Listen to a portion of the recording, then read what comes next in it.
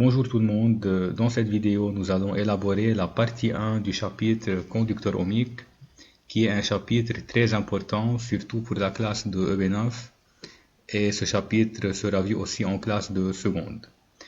J'ai divisé ce chapitre en deux parties. Cette vidéo c'est la partie 1 du chapitre conducteur ohmique. La partie 2 sera publiée le plus tôt possible sur YouTube. Donc n'oubliez pas de vous abonner à ma chaîne. Donc dans la partie 1, premièrement on va voir la définition et le symbole d'un conducteur ohmique. On va voir c'est quoi un conducteur ohmique et quel est son symbole normalisé. Puis je vais expliquer c'est quoi la caractéristique intensité-tension d'un conducteur ohmique et on va voir une loi qui s'appelle loi d'Ohm. Cette loi nous permet de calculer la tension aux bornes du conducteur ohmique. Et finalement, à la fin de la vidéo, on va faire une application pour voir comment on peut appliquer la loi d'Ohm dans les exercices. Définition et symbole d'un conducteur ohmique. Donc, c'est quoi un conducteur ohmique? Le conducteur ohmique, c'est un récepteur, c'est un appareil électrique, comme une lampe, comme un moteur. Donc c'est un appareil qui reçoit de l'énergie électrique, il a besoin de l'électricité pour qu'il fonctionne. Mais le conducteur ohmique, lorsqu'il reçoit cette énergie électrique, il va la transformer totalement en énergie thermique, en chaleur. Donc le conducteur ohmique, il prend l'énergie électrique et il nous donne de la chaleur, il s'échauffe. Le conducteur ohmique, il est rencontré dans les chauffe-eau par exemple, car un chauffe-eau, il sert à prendre l'énergie électrique et à chauffer l'eau. On peut trouver le conducteur ohmique dans les réchauds électriques, dans les fers à repasser, etc. Donc n'importe quel appareil électrique qui s'échauffe lorsqu'il reçoit de l'énergie électrique, donc cet appareil il contient un conducteur ohmique. Dans le langage courant, le conducteur ohmique s'appelle résistance. Donc conducteur ohmique ou résistance, c'est la même chose. Voici deux photos pour des conducteurs ohmiques. Il peut avoir plusieurs formes. Mais théoriquement, on sait que chaque dipôle électrique est représenté par un symbole normalisé. Par exemple, une lampe a un symbole, le générateur ou bien la pile a un symbole. Donc, quel est le symbole normalisé d'un conducteur ohmique? Le conducteur ohmique, il est représenté par ce symbole, tout simplement, c'est un rectangle. Donc, dans un circuit, lorsqu'on trouve ce symbole, alors il faut savoir qu'il s'agit d'un conducteur ohmique. Deuxièmement, caractéristique intensité-tension d'un conducteur ohmique, loi d'Ohm.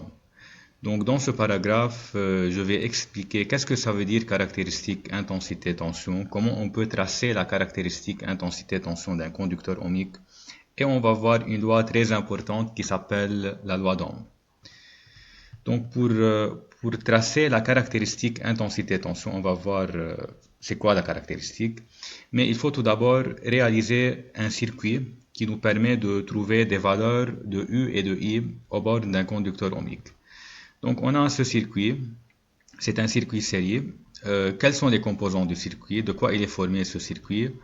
Il est formé d'un générateur de tension réglable. Qu'est-ce que ça veut dire générateur de tension réglable?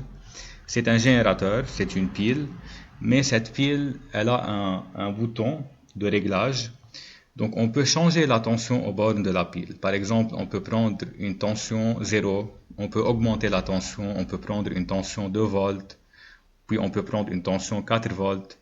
Donc c'est un générateur qui a ce symbole. Cette flèche signifie que ce générateur a une tension réglable. On peut nous-mêmes choisir une certaine valeur de la tension. Ce générateur il est branché en série avec un conducteur ohmique et on a un voltmètre qui est branché aux bornes du conducteur ohmique qui sert à mesurer sa tension et un ampèremètre pour mesurer l'intensité du courant qui circule dans le circuit. Et bien sûr, on a des fils de connexion. Donc, qu'est-ce qu'on va faire maintenant? On va prendre plusieurs valeurs de U et on va voir l'indication de l'ampèremètre.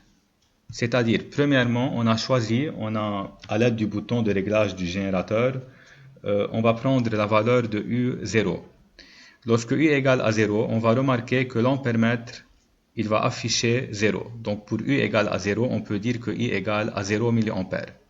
Puis on va changer la tension, on va prendre une valeur, on va augmenter la tension. Par exemple, pour U égale 0.5, lorsque le voltmètre affiche 0.5, on va remarquer que l'intensité du courant vaut 10 mA. On va aussi augmenter la tension du générateur. Pour U égale à 1, on remarque que I égale à 20, et ainsi de suite. Donc les résultats sont placés dans ce tableau. Bien sûr, ces résultats seront donnés dans l'exercice. On va voir qu'est-ce que ça veut dire caractéristique intensité-tension. Donc la caractéristique intensité-tension du conducteur ohmique, c'est quoi? C'est le graphe qui représente la variation de U en fonction de I. Donc lorsqu'on dit caractéristique intensité-tension, c'est-à-dire c'est un graphe qui représente U en fonction de I. Qu'est-ce que ça veut dire U en fonction de I? C'est-à-dire il faut tracer deux axes.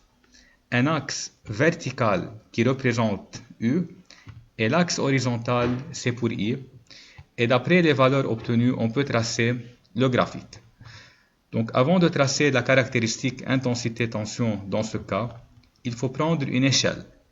Donc ici l'échelle choisie c'est 1 cm sur l'axe horizontal correspond à 10 mA. Chaque 1 cm vaut 10 mA sur l'axe horizontal. Et 1 cm sur l'axe vertical correspond à 0.5 volts.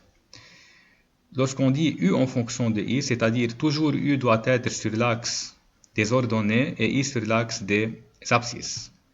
Donc on va tracer le graphique, on va tracer deux axes, un axe vertical qui représente U en volts et l'axe horizontal qui représente I en milliampères, car on a ici les valeurs en milliampères.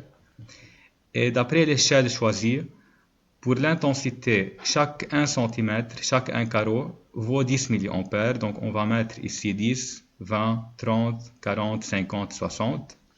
Et pour la tension, chaque 1 cm correspond à 0.5 volts. Donc chaque carreau c'est 0.5, 1, 1.5, 2, ainsi de suite. Puis il faut revenir aux valeurs du tableau. Donc pour U égale à 0, I égale à 0. Donc ça c'est le premier point. Pour U égale 0.5, I c'est 10. 0.5, 10. Deuxième point, on met plus. Pour U égale à 1, I égale à 20, ainsi de suite. On aura ces différents points. Puis il suffit de tracer ces points et on aura une droite comme le montre le graphique. Donc ce graphe s'appelle caractéristique intensité-tension du conducteur ohmique. C'est-à-dire dans les exercices, lorsqu'on nous demande de tracer la caractéristique intensité-tension d'un conducteur ohmique, il nous donne le tableau, les valeurs de U et les valeurs correspondantes de I, et puis il nous demande de tracer la caractéristique intensité-tension du conducteur ohmique. Donc il faut prendre une échelle, si l'échelle n'est pas donnée, et on trace U en fonction de I, comme on a fait maintenant. Donc ce graphe s'appelle caractéristique intensité-tension du conducteur ohmique. Quelle est l'allure de la caractéristique? Donc on remarque que on a eu une droite croissante qui passe par l'origine. Allure, c'est-à-dire la forme. Donc qu'est-ce qu'on peut dire? Tout simplement, on peut dire que c'est une droite croissante qui passe par l'origine.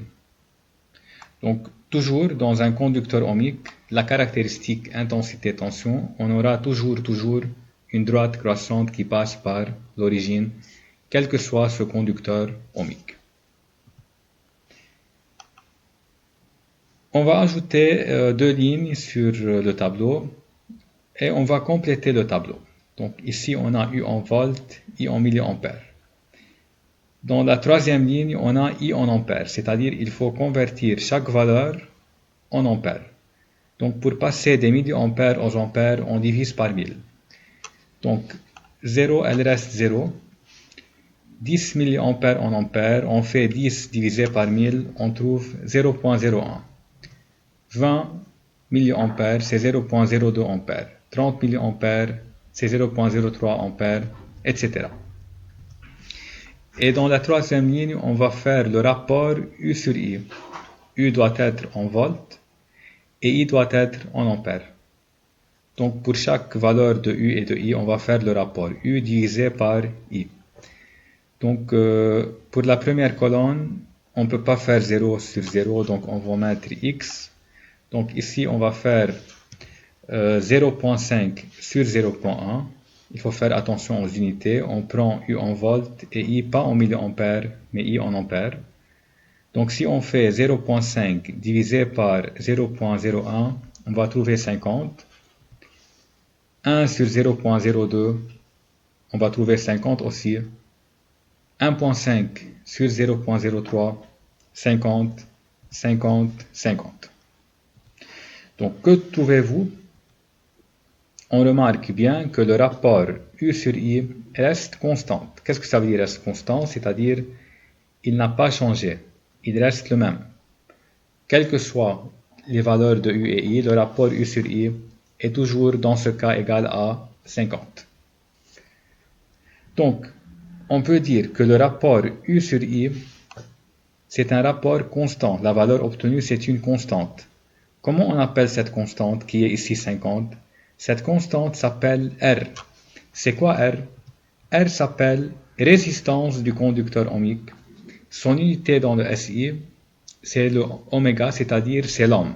Oméga, c'est-à-dire ohm. Donc on peut tirer une conclusion que dans le cas d'un conducteur ohmique, le rapport U sur I, il ne change pas. Et ce rapport s'appelle, il est égal à R. R, c'est-à-dire la résistance du conducteur ohmique qui s'exprime en ohm dans le SI. Donc, si U sur I égale à R, si on fait la règle de 3, on applique la règle de 3, on peut dire que U égale R fois I. Si U sur I égale à R, alors U égale R fois I. C'est quoi U? U, c'est la tension aux bornes du conducteur ohmique en volts. I, c'est l'intensité du courant qui traverse le conducteur ohmique en ampères. Et R n'est d'autre que la résistance du conducteur ohmique qui s'exprime en ohm, c'est l'unité de R dans le SI, et qui est notée oméga. Donc on a trouvé une relation entre U, I et R. La tension, l'intensité et la résistance. Donc on peut tirer une conclusion générale. Premièrement, on a vu que la caractéristique intensité-tension d'un conducteur ohmique est une droite croissante qui passe par l'origine toujours. Caractéristique intensité-tension, c'est-à-dire le graphe qui montre la variation de U en fonction de I. Deuxième conclusion, on a vu que la tension U au bord d'un conducteur ohmique, lorsqu'il est traversé par un courant d'intensité I, est donnée par la relation U égale R fois I. U en volts, I en ampères, et R s'appelle résistance du conducteur ohmique en ohm. Donc cette formule, cette relation s'appelle la loi d'Ohm relative à un conducteur ohmique. Donc la loi d'Ohm nous permet de trouver U, une relation entre U, la tension U, la résistance R et l'intensité du courant qui traverse un conducteur ohmique. Donc cette relation est donnée par U égale R fois I, qui s'appelle loi d'Ohm. Il faut faire attention aux unités. On a vu que R s'exprime en ohm, oméga, c'est-à-dire dans le SI. Il faut savoir convertir 1 kOhm égale à 10^3 ohm, c'est-à-dire pour passer kiloohm en ohm, on fait fois 1000. Et 1 mégaohm égale 1 million ohm, c'est-à-dire 10 à la puissance 6 ohm. Donc pour convertir mégaohm en ohm, on fait fois 10 à la puissance 6 ou bien fois 1 million. Application 1. Un conducteur ohmique de résistance R égale 2.5 kOhm est soumis à une tension U égale 50 volts. Question 1. Calculez l'intensité I du courant qui le traverse.